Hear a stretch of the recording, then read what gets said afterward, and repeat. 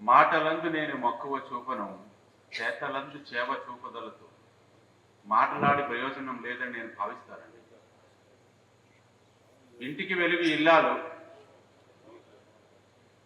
జ్యోతిని వెలిగిస్తుంది.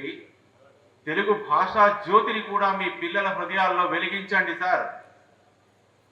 ప్రవాసాంధ్రులు నివాసాంధ్రులు అనే భేదాన్ని పక్కన పెట్టండి. తెలుగు వాళ్ళమని మనసులో భావించి గౌరవించండి. మనమందరము ఒకటే.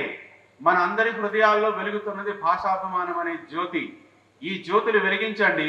భాష నిత్య దీపావళి ప్రకాశాన్ని ప్రపంచమంతా వ్యాపింపచేస్తుంది. మన ఇంట్లో మన పిల్లలకి, నా పిల్లలు తెలుగు రాదని చెప్పరు, నా పిల్లలకి తెలుగు రాదని గర్వంగా చెప్పుకునేవాడిని చూస్తే నాకు అసహ్యం వేస్తుంది. నా ఇంట్లో నేను దీపాన్ని వెలిగిస్తా, నా శ్రీమతికి నేను మా పిల్లలకి చెప్పమని చెప్తా. ఇది మన ప్రాథమిక కర్తవ్యం. ఎవరో వస్తారని ఏదో చేస్తారని ఎదురు చూస్తూ ఏడవడం నాకు ఇష్టం ఉండదు. సూటిగా ఏకధాటిగా తెలుగు వాళ్ళం ఏం చేస్తున్నాం తెలుగు కోసం అని మనకి మనమే భావించాలి. తెలుగు చచ్చిపోతున్నదని భ్రమని వ్యాపింపజేసే పతితులార భ్రష్టులార బాధా సర్పదష్టులార ప్రవాసాంధ్ర రథచక్రాలు వస్తున్నాయి వస్తున్నాయి వస్తున్నాయి వస్తున్నాయి. జగన్నాథ జగన్నాథ జగన్నాథ రథచక్రాలు రథచక్రాలు రథచక్రాలు రథచక్రాలు రథచక్రాలు. మనకి మనమే సారథులం, మన భాషకి మనమే వారధులం. మన సంస్కృతిని భావితరాలకు చేయగలిగేటటువంటి స్ఫూర్తిని, ఉత్తేజాన్ని, ఆసక్తిని మన పిల్లలకి మనం ఏర్పాటు చేసుకుందాం. సమాజం గురించి తర్వాత ఆలోచిద్దాం.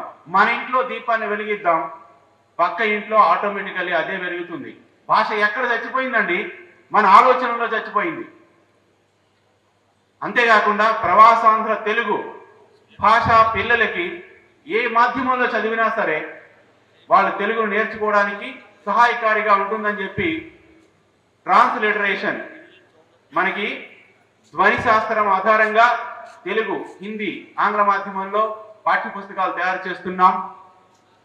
దీని ద్వారా మా పిల్లలకి తెలుగు రాదని భావించి దానికి తగినటువంటి అవకాశాలు, పుస్తకాలు, సోర్స్ లేదని భావించేటటువంటి వారందరికీ కూడా ఇది ఒక మంచి సాధనం అవుతుందని భావిస్తూ మన బాధ్యతని మనమే నిర్వహిద్దాం. నేను తెలుగువాడని నేను గర్వంగా చెప్పుకోవాలంటే నా భాషకు నేనేం చేశా? ఈ ప్రశ్న మనం ప్రతి ఒక్కరం వేసుకుందాం. ఈ ప్రపంచ తెలుగు మహాసభల వేదికగా నేను చెప్పబోయేది ఒకటే. ఎవరో వచ్చి మనల్ని ఉద్ధరించారండి, మనని మనమే ఉద్ధరించుకుందాం. తర్వాత ప్రభుత్వాలు ఏం చేశాయి, సంస్థలు ఏం చేశాయని ప్రశ్నిద్దాం. జై తెలుగు తల్లి.